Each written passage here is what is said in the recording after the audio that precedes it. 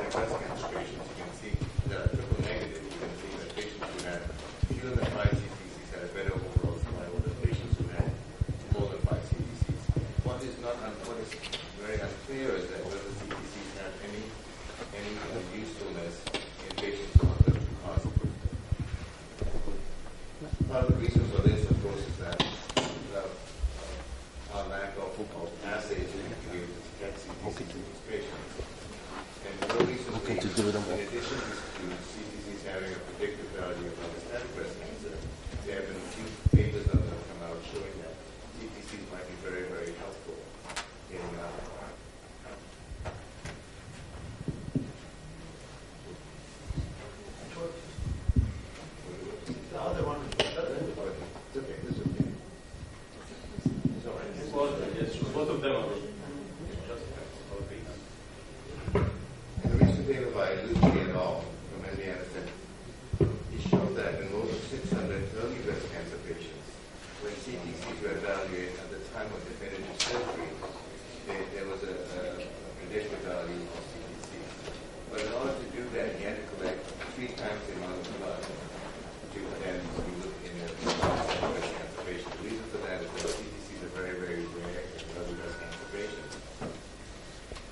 slide, it showed that this was published a few months ago in Lancet Oncology. It showed that patients who had one CTC, two CTCs, or more than three CTCs, they were all very predictive for progression-free survival. So here you're looking at patients who have no CTCs versus one, and you see the progression-free survival is much better than patients who did not have any CTCs. Here you're looking at patients who have less than two versus more than two CTCs, and similarly you see the better progression-free survival. And here we're looking at patients who have less than three CTCs versus three CTCs. So it seems that even in looking at CTCs at a very, very low and rare level of less than 3, there is clinical benefit in patients with early breast cancer. But the problem, of course, remains is that while we're not able to detect CTCs in patients who are rapidly progressing with metastatic disease, one of the reasons for this, we believe, is that there's downregulation of female markers on these circulating tumor cells, and FCAM is the basis for detection of these cells. And also these cells might be doing mesenchymal transition. So here we had, I will show you a cartoon that shows that epithelial cells, when they're well differentiated, are very, very compact and have very, very stringent structures. When these cells are activated for inflammatory response, for instance, they undergo mesenchymal transition, they become very, very spindle-like shaped, they're much more aggressive, and are able to invade the lumen of the blood vessels. Here the markers change from EGFR positive to EGFR negative, they acquire vimentin, and they are much more resistant to chemotherapy. In addition to that, many, and Weinberg's lab showed that patients who are cells that have a mesenchymal phenotype also are those cells that have characteristics of breast cancer stem cells. And in this slide, you see that on the top here, you're looking at cells that are epithelial. They have EGFR, they don't express fibronectin or vimentin. However, when you induce them to become mesenchymal, they become more spindle-shaped, they lose EGFR, but they establish or express fibronectin and vimentin. And these are the cells that have the characteristic stem cell phenotype. I'll go more into this in my next talk. Stem cells. But in order for us to be able to detect these cells in peripheral blood of patients, we had to actually define and develop a test and assay. So what we did was that to develop this assay, we took normal epithelial cells and we induced them, we transfected them with the virus in order to induce them into the primal phenotype. We then took these cells and depleted them of all the positive cells. We didn't want any epithelial cells remaining. And we performed PCR. In addition to that, we've added on the 2 approved diagnostic tests for circulating tumor cells. On the left, you see the ADMET test, which is extensively used in Europe, and the cell search test, which is the only FDA-approved test for used in the States. And you can see that on the left, where the positive control is here, where you have FCAM, MUC1, and FLT2 being positive on a control panel. When these epithelial cells are transfected with a vector, a control vector, we're still able to see FCAM. However, when they're transfected with TWIS, they become mesenchymal and we lost the expression of FCAM. Similarly, when you did the same thing, you express TWIS in these mesenchymal cells, and then you evaluate them using the cell search technique, you find that the vector control cells were able to be detected, whereas the mesenchymal cells were not. So we knew that the 2 diagnostic tests that are approved in Europe and the States are not able to detect cells that are undergoing mesenchymal transition.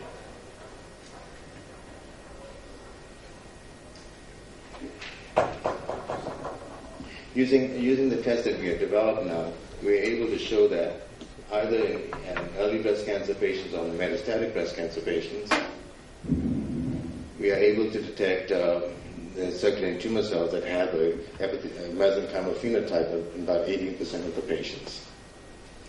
Okay. More recent data has come out now from the German group showing that patients who have early breast cancer patients who have CTCs also have cells that have expressed the stem cell phenotype. As shown here on the first with ALDH, or else they have a more stem cell phenotype, or else an epithelial phenotype, when they're shown over here. And about 14% of the early breast cancer patients have got circulating tumor cells that have expression of markers that are consistent with stem cells, and those, about 29% of the CTCs in these patients are consistent with those of mesenchymal phenotype. If you look at the circulating tumor cells, or these early breast cancer patients with or without circulating tumor cells, the ones that have circulating tumor cells are more likely to have an expression of both mesenchymal as well as stem cell phenotype compared to patients who do not have any circulating tumor cells. And this is a list of more recent papers now that's showing that multiple assays have been used in the second column, either to using magnetic bead separation techniques or using flow cytometry, sorting to isolate or enrich for the mesenchymal cells and the epithelial cells. And on the right three columns, you can see markers that are used consistently to identify epithelial, mesenchymal, or stem cell phenotypes. So this comes back to my original slide now. So we have a list of markers now that we can use, and a few assays now that can address those circulating tumor cells that are undergoing mesenchymal transition in order to be able to better assess them for clinical evaluation. I want to show you now, patients typically ask us, what does the CTC number mean when they come to see us? So what we have done is that we have developed a nomogram, and this is probably going to be published in Cancer Research coming soon, where you can take a patient's number. You can either say patient has got no metastases, no visceral metastases. You can say the patient is HER2 positive, has a good performance score. You can say that this patient's CTC numbers are, say, 20 or 21. And then you can say them, sorry, I need to open this up. You can then change the patient's age, vary the patient's age, and ask, what is the progression-free survival at 6 months, 1 year, 2 years, 5 years, or overall survival? You can now change this. You can change the CTC numbers the patient might have. The age of the patient can be changed. And you can get a readout for the patient on real time as to what the progression-free survival or overall survival will be for that individual patient.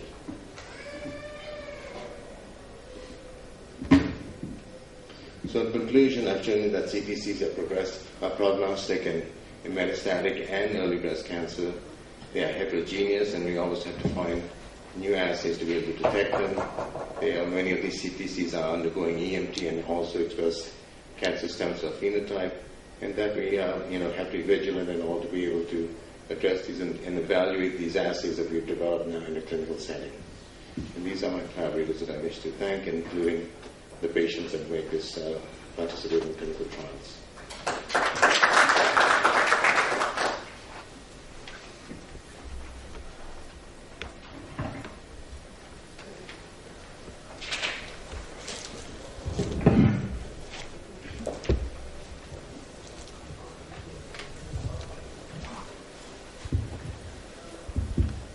Thank you, Professor Rubin, for a very extremely interesting data. And because we have ample time, I think we can allow for discussion now. Please go ahead. First, thank you for this magnificent presentation. But I'd like to know what does it take to move the CTC from the bench lab to the clinic? Because actually now we have growing body of evidence that circulating tumor cells, especially in breast cancer, are a very good prognostic tool. I've seen some publication recently about the usefulness of CTC in the adjuvant setting, even not only in the metastatic setting. So what does it take actually to move the circulating tumor cells from the bench lab to the clinic? Well, that's being done right now. I mean, that's we have several protocols that are active. And in particular, there's one protocol from the SWOG group where they actually are looking at CTC changes with particular treatments, and based on change in the CTC, whether the phenotype or the number, they might change the therapy in the future. So that's being developed. But as you know, these things take a lot of time, and you need lots of patients to be able to validate that. Well, actually, what I want to highlight is the differences in the detection methods. Some use the multi-marker panel for RT-PCR, some use the flow cytometry. So I think this would cause the problem in shifting the CTC detection to the clinic, because we need to find out a standardized tool for detection. Mm-hmm. There's only one test that's approved, and that's the cell search. But it has limitations, as I pointed out. It's able only to detect differentiated epithelial cells. And if the cells are undergoing either a mesenchymal phenotype or express cancer stem cell phenotype, they're not able to detect them. So we have to develop new assays. And one of the ones that I showed you is one of 6 that are out there now. But we are all at the same stage of development of new assays. And the FDA has not approved any other tests as yet. So it's going to take a while, but it requires clinical protocols, treatment protocols. We have to validate them before the FDA will look at the data. So it's going to take another 2-3 years at least.